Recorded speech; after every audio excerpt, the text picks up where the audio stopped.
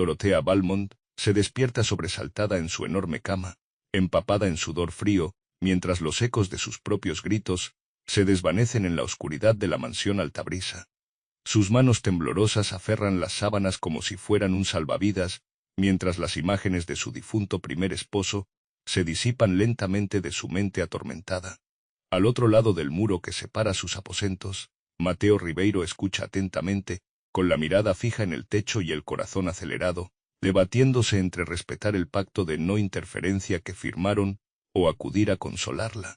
Cuando los sollozos de Dorotea atraviesan las paredes como dagas, Mateo se levanta decidido, sus pies descalzos, avanzando por el frío pasillo hacia la habitación de quien es su esposa solo en documentos. Sus nudillos dudan un instante antes de golpear suavemente la puerta, mientras la lluvia azota los ventanales góticos y el viento parece susurrar secretos que ambos han guardado demasiado tiempo. La pluma tembló ligeramente entre los dedos de Dorotea Valmont, mientras firmaba el documento que sellaría su destino. Frente a ella, Mateo Ribeiro observaba con expresión indescifrable, sus ojos oscuros revelando nada de sus pensamientos. Con esto queda establecido, declaró el notario, ajustando sus anteojos, un matrimonio con términos claros, habitaciones separadas, vidas independientes, y respeto mutuo. Dorotea asintió, sintiendo el peso del anillo en su dedo anular izquierdo. No era un símbolo de amor, sino un contrato. A sus 28 años, viuda del barón de Cardona, necesitaba protección. Mateo Ribeiro, capitán retirado con una fortuna considerable, buscaba respetabilidad social y una administradora para su mansión Altabrisa, mientras él continuaba con sus misteriosos viajes. Señora Ribeiro, pronunció Mateo, extendiendo su mano para ayudarla a levantarse. Bienvenida a su nuevo hogar. El carruaje atravesó los imponentes portones de hierro forjado. Altabrisa se alzaba majestuosa sobre un acantilado, con sus torres y gárgolas vigilando el mar embravecido. La mansión parecía tan hermosa como inhóspita. El ala este será suya, explicó Mateo mientras un sirviente abría las pesadas puertas. He ordenado acondicionar las habitaciones según sus preferencias. Dorotea contempló el vestíbulo de mármol, las escaleras serpenteantes y los pasillos que se perdían en sombras. Este matrimonio era su salvación, su escape de la pobreza tras la muerte de su primer marido. Agradezco su generosidad, señor Ribeiro. Mateo, por favor. Al menos cuando estemos solos. Sus miradas se encontraron brevemente. Había algo en sus ojos, una tristeza compartida, un reconocimiento mutuo de heridas no cicatrizadas. La cena se sirve a las 7, continuó él. No es obligatorio que me acompañe, pero sería un placer. Esa noche, mientras recorría su nueva habitación, Dorotea observó los detalles: cortinas de seda azul, muebles de caoba tallada, una chimenea de mármol, todo elegante y frío a la vez, como su matrimonio. Abrió las ventanas, y el viento marino inundó la estancia. A lo lejos, las olas rompían contra los acantilados con furia, como presagiando tormenta. Altabrisa guardaba secretos, podía sentirlo en el crujir de la madera, en los susurros del viento por los pasillos. Dorotea cerró los ojos. Había escapado de un infierno para entrar en un limbo de cortesía y distancia. Era mejor así. Después de lo vivido con el barón, la soledad era un refugio, no una condena. La cicatriz en el hombro de Dorotea ardía como si fuera reciente, aunque habían pasado 3 años desde que el barón de Cardona, en uno de sus arranques de ira, le había arrojado un candelabro encendido. Sentada frente al espejo, sus dedos recorrieron la marca irregular bajo la tela del camisón. El varón había sido un monstruo disfrazado de noble. Los primeros meses de matrimonio fueron soportables, pero el alcohol y las deudas de juego transformaron la cortesía en violencia. Nadie la había ayudado entonces. Las marcas se escondían bajo capas de seda y sonrisas practicadas. Su muerte repentina, un accidente de caza, dijeron, había sido su liberación. Pero también su ruina. El varón dejó solo deudas y un nombre manchado por rumores. Ahora, este nuevo matrimonio era su tabla de salvación. Al otro lado de la mansión, Mateo Ribeiro contemplaba el mar desde su estudio. Las cartas náuticas desplegadas sobre su escritorio hablaban de viajes pasados y futuros. Su mano acariciaba inconscientemente el guardapelo de plata que siempre llevaba consigo, donde guardaba un mechón de cabello rubio. Camelia, su primera esposa, había sido la luz de su vida durante los 5 años que duró su matrimonio. Mientras él surcaba mares como capitán, Ella aguardaba en Altabrisa, escribiéndole cartas llenas de amor y esperanza, hasta aquella fatídica noche. Regresó de un largo viaje para encontrar la mansión en silencio sepulcral. Los sirvientes, con rostros sombríos, le condujeron hasta el acantilado donde Camelia había decidido poner fin a su vida. No dejó nota, solo preguntas sin respuesta y una culpa que lo consumía desde entonces. ¿Qué la había llevado a tal desesperación? ¿Acaso su ausencia, sus prolongados viajes, la soledad de Altabrisa? Nunca lo sabría. Durante la cena, Dorotea observaba disimuladamente a Mateo. Las arrugas en las comisuras de sus ojos hablaban de años en alta mar, enfrentando sol y tormentas. Sus manos, fuertes pero gentiles, manejaban los cubiertos con precisión casi militar. ¿Puedo preguntar sobre sus viajes? Se atrevió a romper el silencio. Mateo levantó la mirada, sorprendido. He navegado prácticamente todos los mares conocidos, el Caribe, el Mediterráneo, incluso hasta las Indias Orientales. Debe haber visto maravillas, y horrores también, respondió con voz queda. El mar es hermoso pero implacable, como la vida misma. Esa noche, las pesadillas regresaron. Dorotea se vio atrapada nuevamente en la mansión del barón, corriendo por pasillos interminables, mientras él la perseguía con una fusta en la mano. Despertó gritando, empapada en sudor frío. Se levantó temblorosa y se acercó a la ventana. La luna iluminaba el jardín y, para su sorpresa, distinguió una figura en el gazebo. Mateo, completamente vestido a pesar de la hora, mirando hacia el mar. Los días siguientes confirmaron su sospecha. Las ojeras de Mateo se profundizaban, pero nunca mencionaba cansancio. Una noche, fingiendo retirarse a su habitación, Dorotea lo siguió discretamente y lo vio entrar a la biblioteca. Horas después, cuando se asomó, lo encontró leyendo junto al fuego, como si el sueño fuera un lujo que no podía permitirse. ¿Nunca duerme?, preguntó desde el umbral. Mateo cerró el libro lentamente. El sueño y yo no somos buenos compañeros, respondió con una sonrisa triste. Prefiero la vigilia a los recuerdos que la noche trae consigo. Dorotea asintió, comprendiendo perfectamente. Ambos luchaban contra fantasmas, cada uno a su manera. Buenas noches, Mateo. Que descanse, Dorotea. Y si necesita algo. Lo sé, gracias. La vida en Altabrisa se estableció en una rutina de cortesía cuidadosamente orquestada. Dorotea supervisaba la mansión, organizaba menús, dirigía a los sirvientes. Mateo pasaba los días en su estudio o cabalgando por los acantilados. Se encontraban para las comidas, intercambiaban comentarios sobre el clima o las noticias llegadas del pueblo, y luego cada uno volvía a su respectiva soledad. Era un matrimonio de papel, exactamente como habían acordado. Durante las cenas, Dorotea notaba cómo Mateo apenas probaba bocado, empujando la comida de un lado a otro del plato, mientras mantenía conversaciones superficiales. A veces, lo sorprendía observándola con una expresión indescifrable, que rápidamente ocultaba tras su copa de vino. He notado que la biblioteca necesita reorganización, comentó Dorotea una noche. Si no le importa, me gustaría encargarme de ello. Por supuesto, respondió él, considera Altabrisa como suya. Aunque, dudó un instante, hay una sección de libros náuticos y diarios personales que preferiría mantener en orden actual. Respetaré su privacidad, no se preocupe. Una tarde, mientras arreglaba flores en el salón, escuchó a dos sirvientas conversando en el pasillo.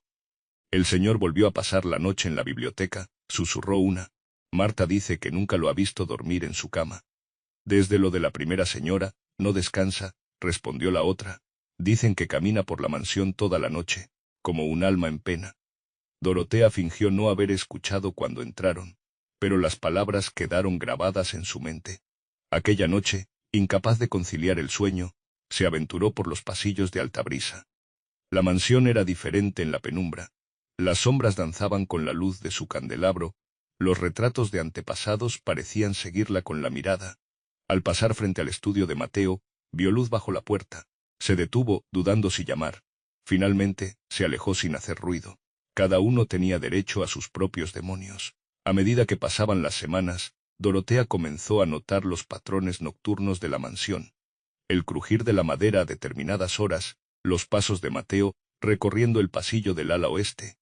El ocasional tintineo de cristal cuando servía brandy en la biblioteca. Una noche encontró un libro sobre su mesita de noche, Historias y leyendas del Mar Caribe. No había nota, pero supo inmediatamente quién lo había dejado. Al día siguiente, durante el desayuno, mencionó casualmente un pasaje que le había resultado interesante. «Es mi favorito también», respondió Mateo, con la primera sonrisa genuina que ella le había visto. «Pensé que podría gustarle». Estos pequeños gestos comenzaron a aparecer. Un ramo de flores silvestres en el invernadero, un comentario apreciativo sobre los cambios que ella realizaba en la decoración, una pregunta sincera sobre su día. Sin embargo, la distancia física se mantenía escrupulosamente. Nunca un roce accidental, nunca un contacto más allá de lo estrictamente necesario para la cortesía social. Cuando debían caminar juntos, Mateo mantenía siempre 3 pasos de separación, como si una línea invisible marcara el límite que no debía cruzarse. Una mañana, Dorotea descubrió a Mateo dormido en la biblioteca, un libro abierto sobre su pecho. Por primera vez, pudo observarlo sin barreras, las líneas de expresión suavizadas, el cabello negro ligeramente canoso en las sienes, la cicatriz casi imperceptible en la ceja izquierda. Parecía vulnerable, casi en paz. Se retiró silenciosamente, pero el recuerdo de ese momento permaneció con ella. Bajo la fachada del capitán estoico y distante, había un hombre de carne y hueso, tan atormentado como ella misma. Esa noche antes de dormir, Dorotea escribió en su diario: «Vivimos bajo el mismo techo, compartimos la misma mesa, respiramos el mismo aire. Y sin embargo, nos separa un océano de silencios». La tormenta llegó sin aviso, azotando Altabrisa con furia desmedida. Relámpagos iluminaban las habitaciones en destellos fantasmales, mientras el viento aullaba entre las torres de la mansión.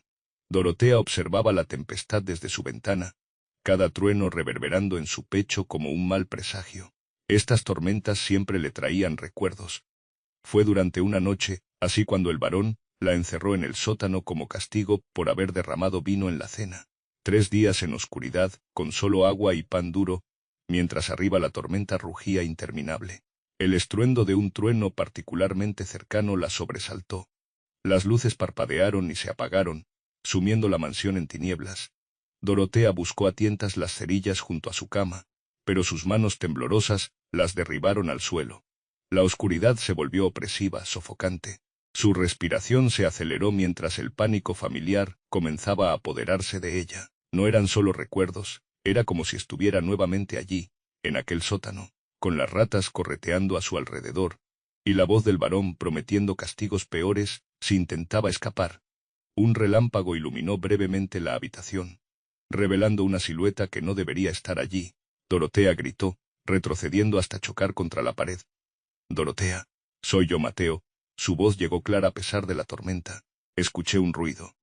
«¿Está bien?». Otro relámpago permitió que Dorotea distinguiera su rostro preocupado en el umbral de la puerta. Llevaba un candelabro encendido que apenas iluminaba el espacio entre ellos. «¿La tormenta?», murmuró ella, incapaz de explicar el terror que la paralizaba.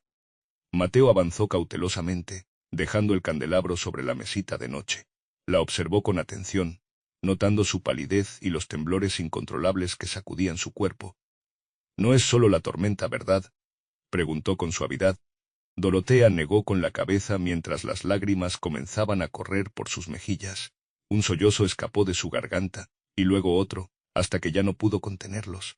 Sin decir palabra, Mateo se sentó junto a ella en la cama, y tras un momento de duda, la rodeó con sus brazos. Dorotea se tensó inicialmente ante el contacto inesperado, pero el calor de su cuerpo y la firmeza gentil de su abrazo fueron desmoronando sus defensas. «Estás a salvo», susurró él contra su cabello. «Estás a salvo aquí». Permanecieron así mientras la tormenta continuaba su asalto furioso contra Altabrisa. Poco a poco, la respiración de Dorotea se normalizó y los temblores cedieron. Sin embargo, Mateo no aflojó su abrazo. «¿Quieres que me quede hasta que pase la tormenta?», preguntó finalmente. Dorotea asintió, incapaz de expresar con palabras cuánto necesitaba no estar sola esa noche. Mateo se acomodó contra el cabecero de la cama, manteniendo un brazo protector alrededor de sus hombros. «Duerme», murmuró, «yo vigilaré». Por primera vez en años, Dorotea se permitió cerrar los ojos sin miedo. El último pensamiento antes de caer dormida fue la extraña contradicción. El hombre que había jurado mantener distancia ahora era su ancla en la tormenta. La mañana siguiente trajo consigo un silencio incómodo durante el desayuno. Ninguno mencionó lo ocurrido la noche anterior. Mateo leía el periódico mientras Dorotea untaba mantequilla en su pan con excesiva concentración. Las únicas palabras intercambiadas fueron cortesías vacías sobre el clima y los planes del día. Sin embargo, algo había cambiado. Una barrera invisible se había derrumbado entre ellos, aunque ninguno se atrevía a reconocerlo. 3 noches después, las pesadillas regresaron. Dorotea despertó ahogando un grito, con la imagen del varón aún fresca en su mente. Se incorporó en la cama, intentando calmar su respiración agitada, cuando escuchó un suave golpe en la puerta. Dorotea, la voz de Mateo sonaba preocupada. ¿Puedo entrar? Sin esperar respuesta, abrió ligeramente la puerta. La luz de su candelabro proyectaba sombras danzantes en las paredes. Te escuché, comenzó él dudando. Pensé que quizás. Por favor, fue todo lo que ella pudo decir. Mateo entró, y tras dejar el candelabro en la mesita, se sentó en el sillón junto a la ventana. No intentó acercarse a la cama, respetando el espacio de Dorotea mientras le ofrecía su presencia silenciosa. ¿Quieres hablar de ello?, preguntó finalmente. Dorotea negó con la cabeza. Las palabras no podían describir adecuadamente el horror de sus recuerdos. Está bien, respondió él. No es necesario. Solo recuerda que ya no estás allí. Estás aquí en Altabrisa, y él no puede alcanzarte. La certeza en su voz actuó como bálsamo. Dorotea se recostó nuevamente, observando a Mateo en el sillón, su perfil recortado contra la ventana, vigilante como un guardián nocturno. ¿Te quedarás?, preguntó ella en un susurro. Hasta que amanezca. Y así comenzó su ritual no hablado. Cuando las pesadillas atacaban, Mateo aparecía en su puerta, como si pudiera sentir su angustia a través de las paredes de Altabrisa. Ocupaba siempre el mismo sillón, a veces leyendo a la luz del candelabro, otras simplemente contemplando la noche a través de la ventana. Durante el día, mantenían la farsa de normalidad. Nadie hubiera sospechado que algo había cambiado entre ellos. Pero cuando caía la noche, las máscaras se abandonaban. Una madrugada particularmente fría. Mientras la lluvia golpeaba suavemente los cristales, Dorotea rompió el silencio habitual. Mi primer esposo no murió en un accidente de caza, confesó, mirando al techo. Se suicidó cuando sus acreedores amenazaron con encarcelarlo, pero antes me culpó de todas sus desgracias. Mateo escuchaba sin interrumpir, su rostro apenas visible en la penumbra. Me encerró durante días, continuó ella. Dijo que si moría, sería por mi culpa. Cuando finalmente me encontraron, después de su muerte, estaba más muerta que viva. Lo siento. La voz de Mateo sonaba ronca, contenida. Nadie debería pasar por algo así. ¿Por qué nunca duermes?, preguntó ella, cambiando abruptamente de tema. Hubo un largo silencio antes de que él respondiera. Porque en sueños veo a Camelia saltando del acantilado, una y otra vez. Y siempre llego tarde para salvarla. La honestidad cruda de su respuesta creó un nuevo vínculo entre ellos. No eran solo dos extraños unidos por conveniencia, sino dos sobrevivientes reconociendo sus heridas mutuas. Con el paso de las noches, las conversaciones se volvieron más frecuentes. Susurros en la oscuridad que revelaban fragmentos de sus vidas, temores, incluso ocasionales, recuerdos felices. A veces Mateo relataba historias de sus viajes, describiéndole amaneceres en mares lejanos o ciudades exóticas que había visitado. Nunca hablaban de estos encuentros durante el día. Era como si existieran en dos realidades paralelas. La diurna, regida por el contrato matrimonial y sus cláusulas de distancia, y la nocturna, donde las barreras caían, y solo existían dos almas buscando consuelo en la presencia del otro. El carruaje de Agatha Valmont llegó a Altabrisa en una tarde soleada de octubre. Dorotea observaba desde la ventana del salón, un nudo formándose en su estómago, mientras su hermana mayor descendía con su habitual aire de superioridad. «Querida hermana», exclamó Agatha al entrar, abrazándola con afectación. «¿Cuánto tiempo? Veo que la vida de casada te sienta bien». Dorotea correspondió al abrazo con rigidez. Agatha nunca había aprobado su primer matrimonio, y tras la muerte del varón, había sido la primera en sugerir que Dorotea podría haber tenido algo que ver. «No esperaba tu visita», comentó Dorotea mientras una sirvienta servía el té. «Las hermanas no necesitan invitación», respondió Agatha, examinando críticamente el salón.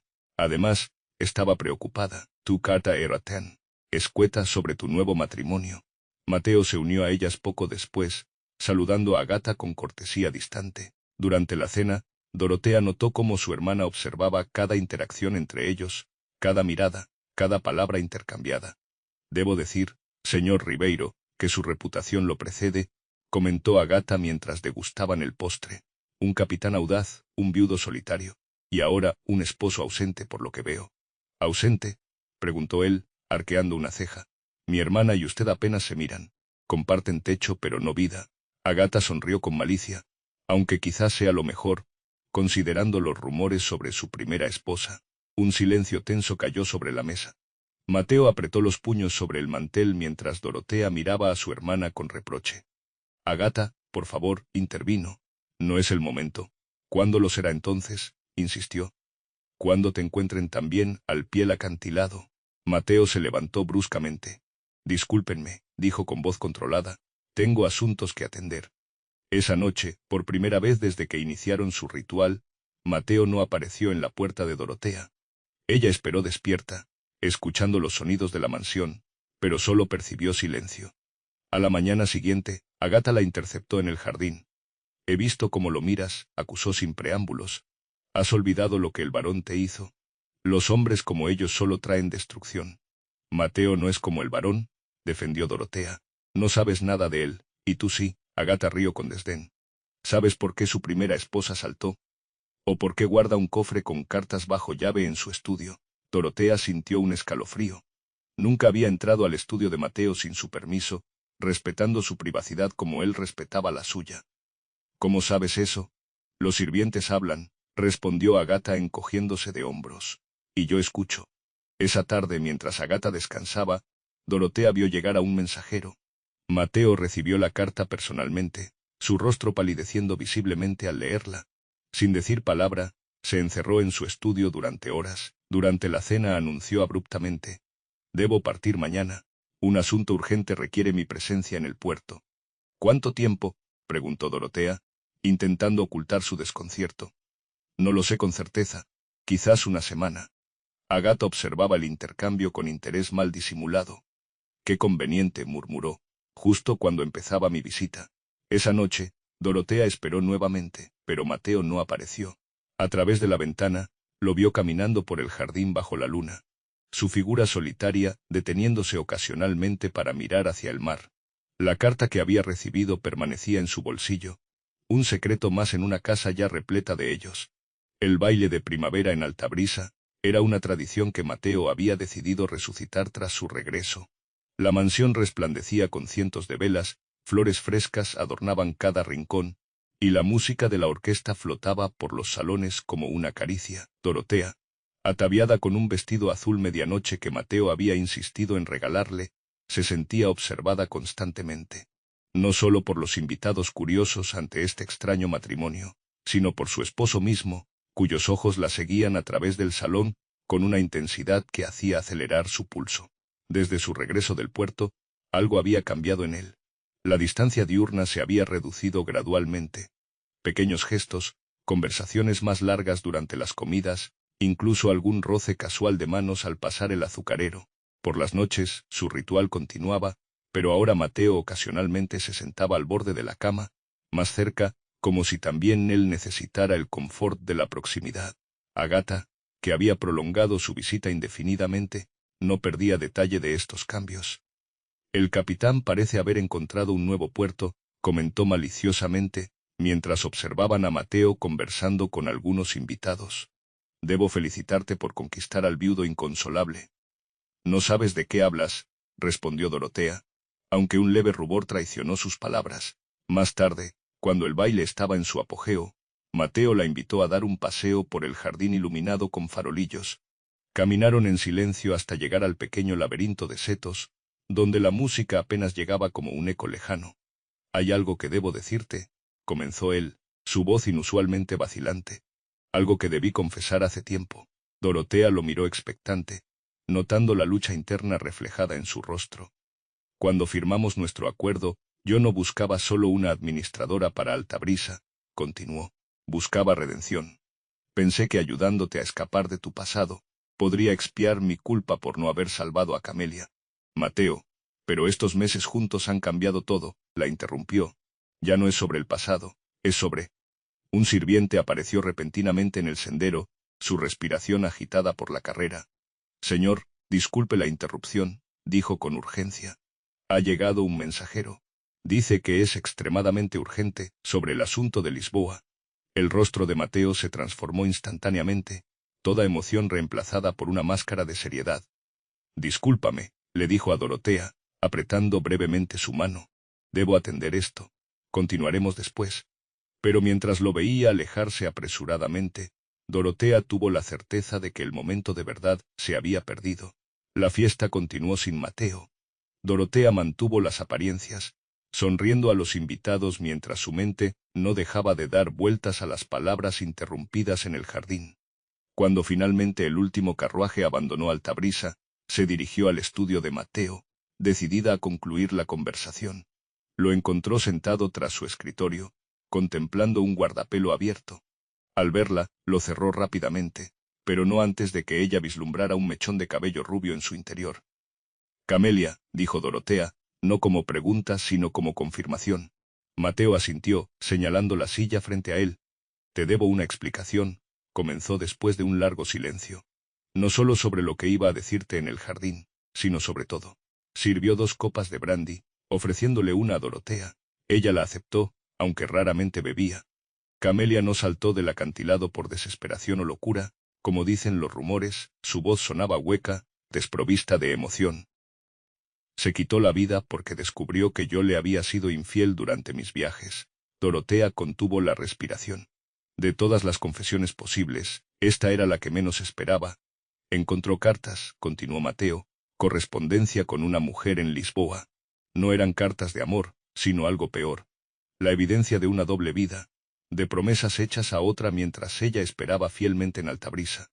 Bebió su brandy de un trago antes de continuar. Cuando regresé de mi viaje, los sirvientes me entregaron su última carta.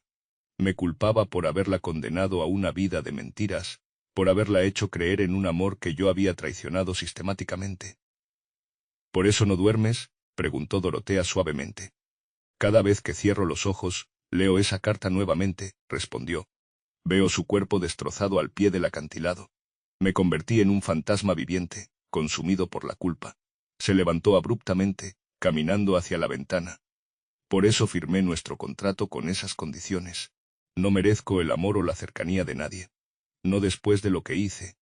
Dorotea observaba su espalda tensa, la rigidez de sus hombros cargando un peso invisible. ¿Y la carta que recibiste durante la fiesta?, preguntó. ¿Tiene relación con esto? Mateo se volvió lentamente. La mujer de Lisboa falleció hace 3 semanas, respondió. Dejó un hijo, mi hijo. La revelación cayó como una losa entre ellos. Dorotea sintió que el aire abandonaba sus pulmones. El mensajero trajo los documentos para traerlo a Altabrisa, continuó Mateo. Tiene 8 años y no tiene a nadie más en el mundo. El silencio que siguió parecía contener todas las palabras no dichas entre ellos, todos los sentimientos confusos que habían crecido durante esos meses. Entenderé si deseas anular nuestro matrimonio, dijo finalmente Mateo. Esto cambia todo. No puedo pedirte que aceptes criar al hijo de mi traición. Dorotea se levantó, dejando la copa intacta sobre el escritorio. Necesito tiempo. Fue todo lo que dijo antes de salir del estudio, dejando a Mateo solo con sus fantasmas. La lluvia comenzó poco después del amanecer, primero como una llovizna suave, y luego transformándose en un aguacero implacable que parecía querer lavar Altabrisa de todos sus secretos. Dorotea permanecía encerrada en su habitación, ignorando los suaves golpes de su doncella, ofreciéndole el desayuno. La confesión de Mateo había removido algo profundo en ella. No era tanto la existencia del niño lo que la perturbaba, sino la realización de cuán frágiles eran las conexiones humanas, cuán fácilmente se rompían las promesas. Sobre su tocador descansaba un pequeño relicario de plata que había pertenecido a su madre. Lo abrió, revelando un diminuto retrato familiar. Ella, sus padres y Agata, todos sonriendo en un momento congelado de felicidad, antes de que la enfermedad se llevara a sus progenitores. El objeto tan familiar y reconfortante durante años, ahora parecía burlarse de ella. ¿Cuántas mentiras se escondían detrás de esa imagen perfecta? ¿Acaso su padre no había tenido también una amante, un secreto que su madre había llevado a la tumba? La verdad era que todos construían fachadas, Todos escondían partes de sí mismos. Incluso ella, con su aparente fragilidad, ocultaba una fortaleza que había sobrevivido al infierno del varón. Un trueno particularmente violento la sobresaltó. A través de la ventana empañada, distinguió una figura en el jardín. Mateo, de pie bajo la lluvia torrencial, mirando hacia el mar embravecido. No llevaba abrigo ni sombrero. Simplemente estaba allí, permitiendo que la tormenta lo empapara como si buscara algún tipo de purificación imposible.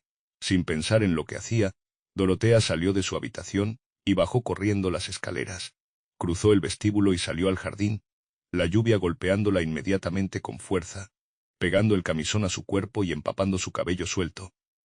Mateo, gritó sobre el rugido de la tormenta. Mateo, él se volvió lentamente. Su rostro, lavado por la lluvia, mostraba una vulnerabilidad que ella nunca había visto antes. ¿Qué haces aquí?, preguntó él cuando ella llegó a su lado, temblando por el frío y la emoción. Vas a enfermarte. Tú también, respondió ella simplemente. Se miraron en silencio mientras la lluvia caía sobre ellos, borrando momentáneamente las barreras, los contratos, las convenciones sociales. No sé qué hacer, confesó Mateo finalmente. No sé cómo enmendar tantos errores. Dorotea no tenía respuestas. Solo sabía que, en ese momento preciso, bajo la furia de los elementos, no quería estar en ningún otro lugar. Un mareo repentino la hizo tambalearse. Mateo la sostuvo instintivamente, sus brazos rodeándola con firmeza. Estás helada, murmuró, preocupación evidente en su voz. Vamos adentro. La levantó en brazos sin esfuerzo, como si no pesara nada, y caminó rápidamente hacia la mansión. Dorotea apoyó la cabeza contra su pecho, escuchando el latido acelerado de su corazón mezclado con el rumor de la tormenta. La fiebre mantuvo a Dorotea en cama durante 3 días. Entre delirios y momentos de lucidez, era consciente de una presencia constante a su lado. Mateo, cambiando compresas frías en su frente, sosteniendo tazas de caldo contra sus labios, leyéndole en voz baja cuando la fiebre cedía temporalmente. Agatha había intentado asumir el control de la situación, pero Mateo se había mantenido firme. Es mi esposa, había dicho con una autoridad que no admitía réplica. Yo cuidaré de ella. Cuando finalmente la fiebre desapareció, Dorotea despertó una mañana para encontrar a Mateo dormido en el sillón junto a su cama, un libro abierto sobre su regazo. Por primera vez, lo veía verdaderamente descansar, su rostro relajado, libre momentáneamente de la carga que siempre parecía llevar. Buenos días, dijo ella suavemente. Mateo despertó al instante, años de vigilancia nocturna habiendo afinado sus sentidos. ¿Cómo te sientes?, preguntó, acercándose para tocar su frente. La fiebre ha desaparecido. Gracias a tus cuidados, respondió ella con una pequeña sonrisa. Un silencio cómodo se instaló entre ellos, tan diferente de los silencios tensos del pasado. El niño, tu hijo, comenzó Dorotea. ¿Cuándo llegará? En 2 semanas, respondió Mateo, sorprendido por la pregunta. He enviado a alguien de confianza para escoltarlo desde Lisboa. Necesitará una habitación cerca de la nuestra, continuó ella. La del extremo este del pasillo tiene buena luz por las mañanas. Y deberíamos contratar una institutriz, alguien que hable portugués y español. Mateo la observaba con asombro creciente. Dorotea, no tienes que. Se llama Miguel, ¿verdad?, le interrumpió. Lo mencionaste durante la fiebre. Mateo asintió, incapaz de hablar. Miguel Ribeiro será bienvenido en Altabrisa, declaró ella con firmeza. Es parte de ti, y tú eres, dudó un instante, importante para mí. A partir de ese día, algo fundamental cambió entre ellos. Durante el desayuno, conversaban abiertamente sobre los preparativos para la llegada de Miguel. Mateo le contaba detalles sobre el niño, su afición por los barcos en miniatura, su habilidad para los idiomas, su sonrisa que aparentemente era idéntica a la de su padre. Por las noches, su ritual continuó, pero con una diferencia crucial. Ahora Mateo no esperaba a que las pesadillas atacaran. Simplemente aparecía en su puerta a la hora de dormir, como si fuera lo más natural del mundo. La primera vez que se recostó junto a ella en la cama, por encima de las mantas y completamente vestido, Dorotea contuvo la respiración. Pero cuando él simplemente tomó su mano y comenzó a contarle una historia sobre estrellas que guiaban a los marineros perdidos, toda tensión se disipó. Estos abrazos conscientes, elegidos libremente en lugar de provocados por el miedo o la necesidad, tejían lentamente un nuevo tipo de intimidad entre ellos. Una basada no en la pasión desenfrenada, sino en la confianza reconstruida pacientemente, noche tras noche. La mañana en que Miguel llegaría a Altabrisa, Dorotea despertó antes del alba. Se sorprendió al encontrar el otro lado de la cama vacío. Mateo solía quedarse hasta que ella despertara. Sobre la almohada había una nota escrita con su letra firme. En el acantilado. ¿Me acompañas? Siguiendo su intuición, Dorotea se vistió rápidamente y tomó el sendero que conducía al punto más alto de la propiedad. La brisa marina agitaba su cabello mientras avanzaba, el cielo comenzando a teñirse con los primeros colores del amanecer. Encontró a Mateo de pie al borde del acantilado, mirando hacia el horizonte donde el sol empezaba a asomarse. No se volvió cuando escuchó sus pasos, pero extendió su mano hacia atrás. Ella la tomó sin dudar. Aquí es donde Camelia eligió terminar su vida, dijo él después de un largo silencio. Vengo cada amanecer, desde hace años, a pedirle perdón. Dorotea apretó su mano, ofreciendo silencioso apoyo. Pero hoy, continuó Mateo, volviéndose finalmente para mirarla. Hoy vine a despedirme. El viento pareció detenerse un instante, como conteniendo la respiración ante la magnitud de esas palabras. No puedo cambiar el pasado, su voz sonaba clara, liberada de un peso invisible. No puedo deshacer el daño que causé. Pero puedo elegir cómo vivir el presente, y con quién quiero compartir mi futuro. Tomó ambas manos de Dorotea entre las suyas, sus ojos fijos en los de ella. Nuestro matrimonio comenzó como un contrato, un acuerdo de conveniencia mutua, pero estos meses juntos han sido mucho más que eso. Dorotea sintió que su corazón se aceleraba. Hoy Miguel se unirá a nosotros, continuó él, y quiero que encuentre no solo una casa, sino un hogar. No solo dos personas que comparten techo, sino una familia. Mateo, te propongo un nuevo acuerdo, la interrumpió suavemente, uno sin cláusulas de separación, sin habitaciones divididas, sin vidas independientes. Un matrimonio real, Dorotea, si tú lo deseas también. El sol emergió completamente sobre el horizonte, bañándolos en luz dorada. Dorotea miró al hombre frente a ella, no al capitán distante que había conocido, no al viudo atormentado por la culpa, sino a Mateo, simplemente Mateo, con todas sus imperfecciones y su corazón finalmente abierto. Sí, respondió, su voz apenas audible sobre el sonido de las olas, lo deseo. Esa noche, cuando Miguel ya dormía en su nueva habitación después de un día de nerviosismo y descubrimientos, Dorotea observó a Mateo trasladar sus pertenencias a la que ahora sería su habitación compartida. ¿Crees que podrás dormir?, preguntó ella mientras él se recostaba a su lado. Mateo sonrió, entrelazando sus dedos con los de ella. Contigo, creo que finalmente podré descansar.